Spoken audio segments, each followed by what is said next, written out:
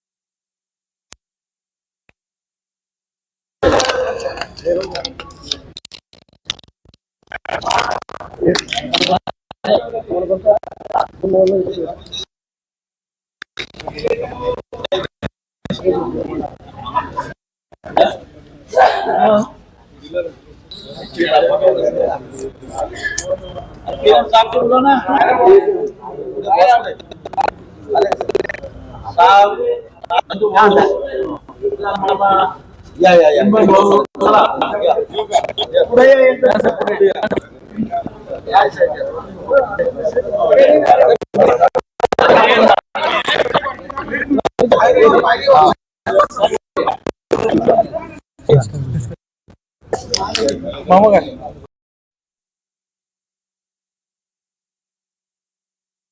Murder व्हायला समोर बघा रोजशी 2 मर्डर झाले. आता एका जाऊन आलो त्या मुलाच्या एक क्वालिफाईड मुलगा त्या ठिकाणी जो रात्रभर काम करतो वर्क फ्रॉम होम करायचा. तर तिकडचे फॉरेनवाले ते रात्रीच हे करायचं. मग नंतर मग काहीतरी जेवण करायला गेलं तर तिथे मारामारी त्यानंतर सोडायला गेलं तर त्यालाच मारून टाकलं.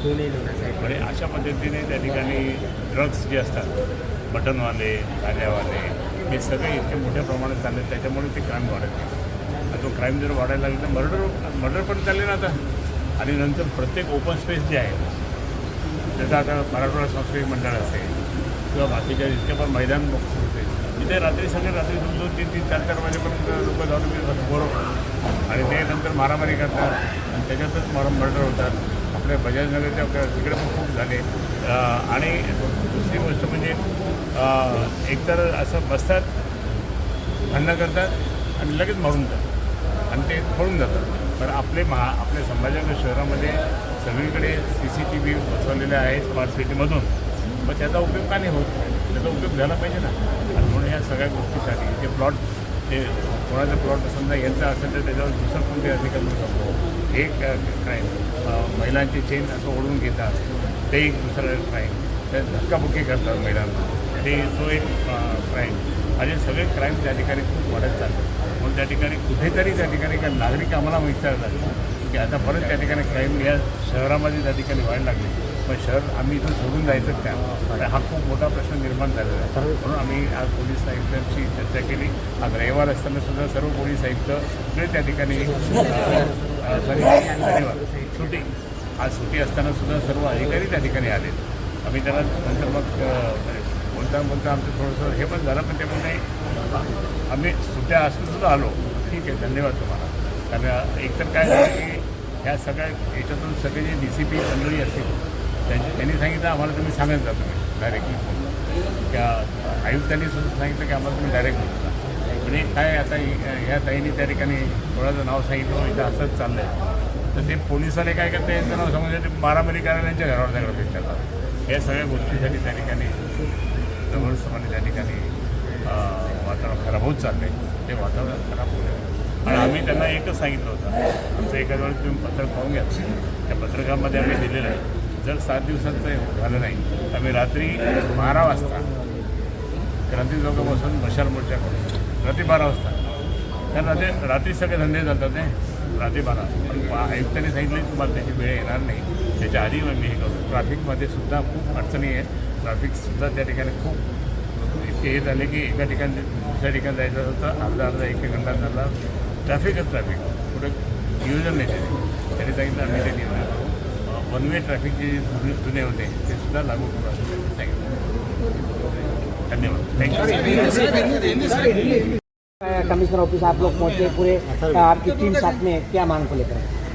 छत्रपति संभाजीनगर शहर में क्राइम बहुत बढ़ते जा रहा है, मर्डर हो रहे, परसों 2 मर्डर हुए, उसके 3 दिन पहले हरसुल में हुआ, ऐसा रोज़ मर्डर होते जा रहे हैं अलग अलग जगह पे। और फिर वो अगर ऐसे मर्डर होने लगे तो लोग भयभीत हो गए, ये क्या चल रहा करते हैं।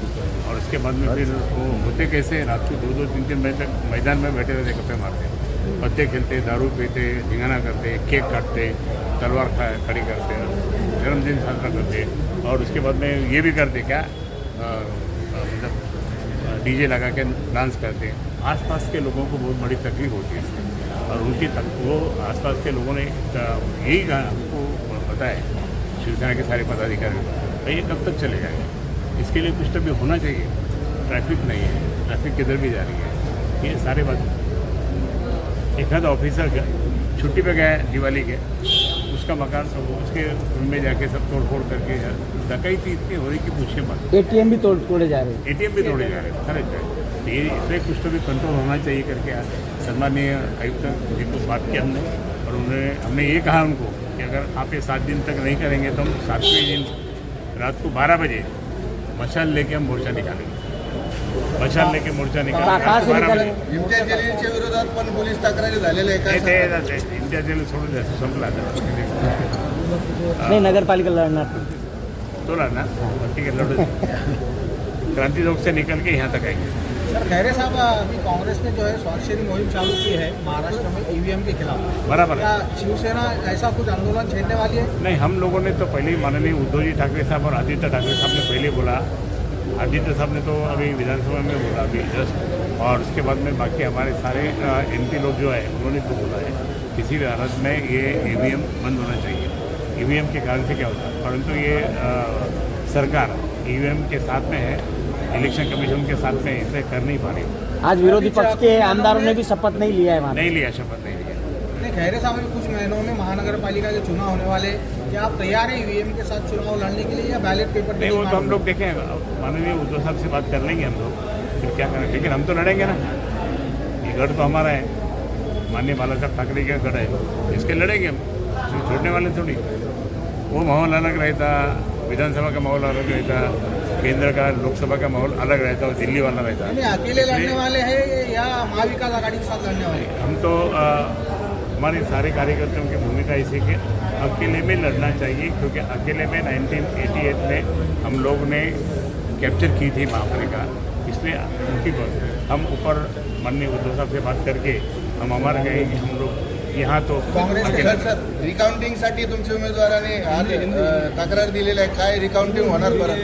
कोणती थोरात साहेबांनी तक्रार दिली रिकाउंटिंग साठी। हा, ते आता ते जो एक सगळ्यांना जो एक अधिकार मिळालेला आहे रिकाउंटिंग करा म्हणून पॅटचं, तर एखाद्या वेळेस ते त्यांनी मान्य केलं इलेक्शन कमिशन, तर काही प्रमाणात असतं ते चालेल। हाँ बॉस को मिलते हैं जरा लेवड़ा बॉस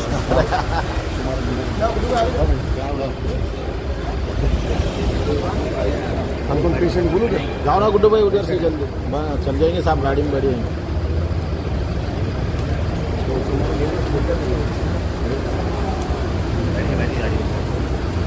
बैठ गए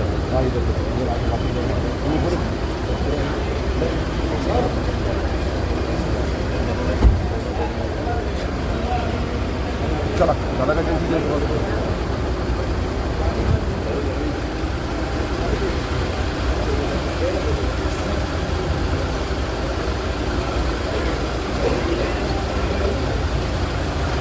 नहीं वो मिल रहे ना अभी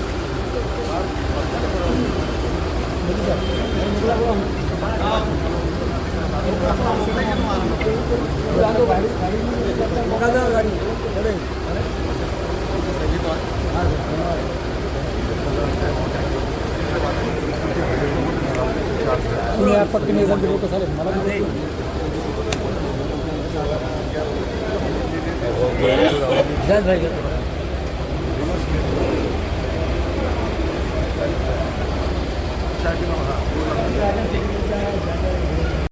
आज महाविकास आघाडी सर्वच पदाधिकारी आयुक्तांना भेटण्यास आले, काय करा मग?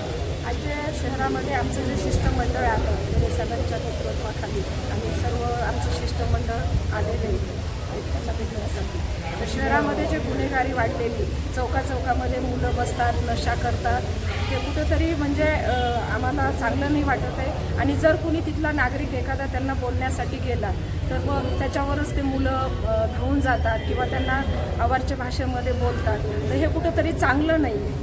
त्याच्यासाठी आम्ही आमचं शिष्टमंडळ साहेबांना भेटण्यासाठी आलो. काय आश्वासन दिलं साहेबांनी, काय असं म्हणलं? साहेबांनी सांगितलं की आम्ही याच्यानंतर सगळं लक्ष करू आणि वेगवेगळ्या पोलीस स्टेशनला सूचना पण करणार आहेत. आणि तसं करतात.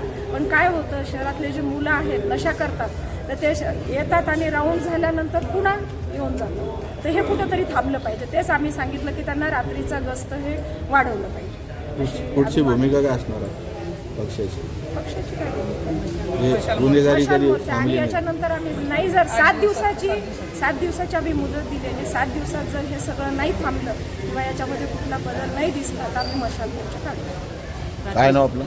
अशा आमदार विकास छत्रपती संभाजी. ताई तुम्ही बोला. हां बोला. ताई तुम्ही नेहमीच अग्रेसर असतात आंदोलनामध्ये, प्रत्येक आंदोलनामध्ये तुम्ही नेहमीच मीडियासमोर प्रतिक्रिया देत असता. हा वेगळा मुद्दा आज आलेला आहे. शहरात गुन्हेगारी वाढलेली आहे, त्या संदर्भामध्ये आपलं पक्षाचे सर्वच पदाधिकारी इथं उपस्थित. काय आश्वासन दिलं आयुक्तांनी? सर, नेहमी शिवसेना ही 80% समाजकारण 20% राजकारण करते. त्यातली मी पण आहे, एक छोटीशी पदाधिकारी आहे. आज आमचे शिवसेना नेते चंद्रकांत खैरे साहेबांच्या मार्गदर्शनाखाली उद्धव बाळासाहेब ठाकरेचे शिष्टमंडळ हे आज पोलीस आयुक्तांना भेटण्यासाठी आलेलं आहे. कारण शहरात तुम्ही बघताय की खूप गुन्हेगारी वाढत चालली आहे. कुठंतरी महिलांना छेडछाड होतीये, मंगळसूत्र चोर होत आहे, महिलांना धमकवण्यात येत आहे, कुठंतरी मर्डर होत आहेत, व्हाईटनर गांजांना आळा नाही आहे, दारू विकणाऱ्याला पण आळा नाही आहे. खरं तर ह्या गोष्टींचा सर्व आढावा घेऊन आम्ही तर मान्य पोलीस आयुक्तांकडे आलेलो होतो. कुठंतरी ह्या गोष्टीला आळा बसला पाहिजेत. महिला मुली सुरक्षित नाही, महिला मुलाची सुरक्षेसाठी कुठंतरी कायदा वेगळा अंमलात आणला पाहिजेत. आणि ज्यांनी कोणी सामान्य नागरिकांनी एखादी गुप्त माहिती दिली तर ती गुप्त ठेवण्यात आली पाहिजेत. ठीक. आपलं नाव?